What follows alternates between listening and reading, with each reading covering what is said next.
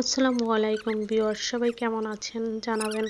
আমাদের ভিডিওটি ভালো লাগলে সবাই ফলো করে দিবেন। এটা হচ্ছে আমার মেয়ের খেলনা বাড়ি, তার অনেক খেলনা।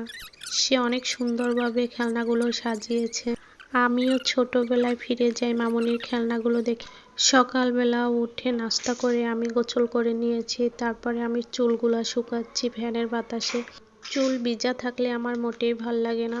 আমি চুলের প্রতি অনেক যত্নশীল, কারণ আমার চুল খুবই পছন্দের। আমি রেগুলার চুলে তেল দিই না, মাঝে মাঝে দেই, সপ্তাহে একবার বা মাসে একবার। আমি চুল শুকাতে হেয়ার ড্রাই ব্যবহার করি না। হেয়ার ড্রাই ব্যবহার করলে আমার চুলগুলো নষ্ট হয়ে যাবে, তা আমি কখনো চাই না। সেজন্য আমি ফ্যানের বাতাসে চুল শুকাই। তারপরে আমি রান্না করার জন্য প্রস্তুত হয়ে গেছি।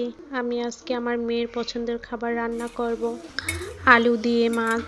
আমার বেবির পাঙ্গাস মাছ অনেক পছন্দের, কারণ ও পাঙ্গাস মাছের পেটি খেতে খুবই পছন্দ করে।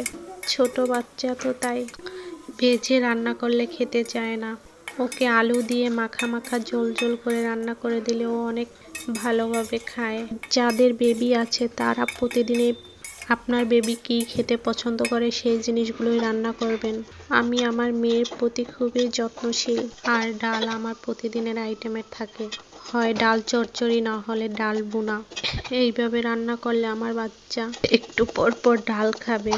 সকল মায়েদেরই উচিত বাচ্চার খাবারের মেনুতে বাচ্চাদের পছন্দের জিনিসই রাখা।